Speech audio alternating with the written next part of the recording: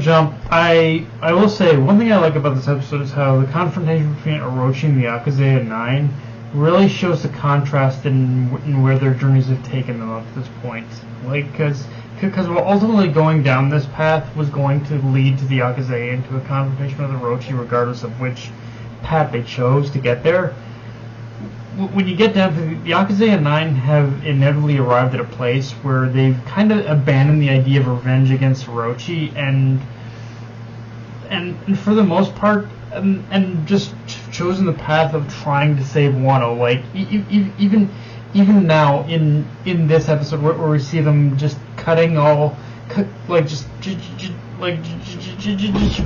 Orochi down, even then that wasn't their real focus. They were still focused on trying to save Wano. And while I'm sure for Kinemon he got some satisfaction in facing Orochi, again, ultimately the Yakuza 9 as a whole held little to no animosity towards him at this point. And the thing is, the Yakuza haven't necessarily abandoned their hatred, but at the same time, at least not fully, but they have moved beyond it for the sake of protecting Wano, whereas Orochi, through his fear and paranoia, had let hatred consume every aspect of himself. It's that whole thing where the Yakuza are looking towards the future, but Orochi is forever stuck in the past.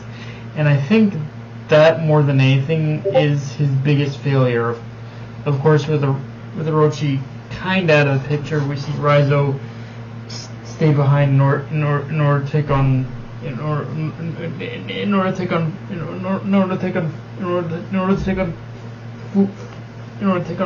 Fukurokujo. And I like how there is how on top of the fact that him so easily accepting that this is going to be his final battle, he does want this to be respectful. He does want to be respectful towards Raizo and treat him like an equal. So it does show that he does have a sense of honor, even if Orochi didn't.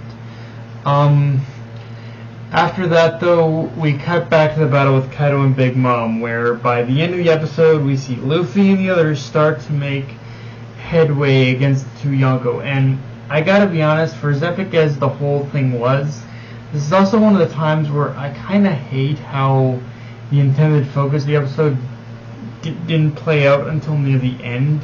Like, everything in between was pretty great, but the way the episode actually ended really left me wanting to see more, and even felt like we could have seen more of the Alliance turning things around before actually ending the episode. But I think we could have seen more of the battle of the Alliance versus Kaido, beyond after what happened with Big Mom.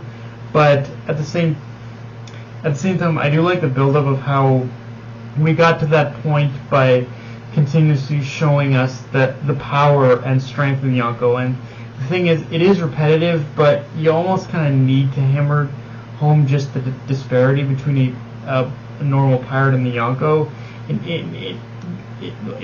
Just for the sake that when you do see it happen of the Yonko being overcome, it does feel a lot more satisfying.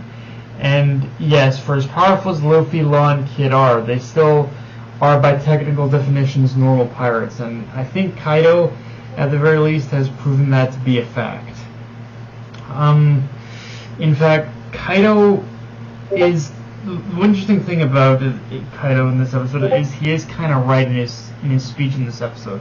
Things like determination and willpower are all fine and good, but in a battle like this, unless they actually translate some way into power or just in a way to overcome your enemy, it's not really going to be worth a damn in an actual battle. And that is a very realistic way of looking at something like this. Unless, even though ultimately, the Alliance was able to overcome Big Mom, unless Luffy can actually muster up the strength to match Kaido, he can talk day in and day out about his will and determination, but it's not gonna be worth do anything. And obviously, that's exactly what Luffy is gonna do, but I think it is a very pointed thing to take note of, that Luffy doesn't entirely realize there is an actual difference. There's an actual difference between actually having the will and determination to do something and having the ability to actually back it up.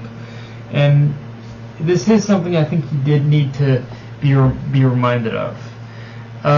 Which, yeah, oddly enough, the highlight of the episode for me was also the funniest, which is Zoro and Killer fighting Prometheus, Zeus, and Big Mom's sword, and again, ultimately, like, tossing Big Mom off the cliff. And I will say, the whole moment of Law, Kid, and Zoro forcing Big Mom to fall off Onigashima is a moment where, spectacle aside, felt like it was handled slightly better in the manga.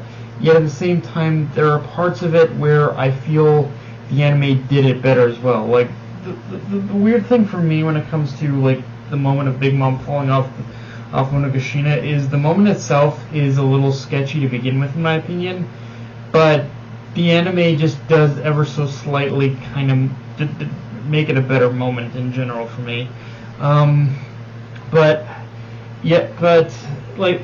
I said, the moment itself, it's not a great moment, frankly. Like, I was always a little, like, how it's handled is actually done, but it's like, how it's handled is actually done pretty well, but it's also one of those things where I'm constantly questioning, does it work? And again, for the most part it does, but there's one aspect where I'm like, does this work? But again, it's just a weird thing, but that aside, it is still a great moment, honestly. Seeing like the first real moment of them overcoming Iyako. But with that said, guys, that's all I got for this review. If you enjoyed the video, like, comment, subscribe. Follow me on Twitter, Analyst, Crunchyroll. Be sure to notification bell, the subscribe button, and just share the video around, guys. Dark Knight Vinay, signing off. Later, everyone.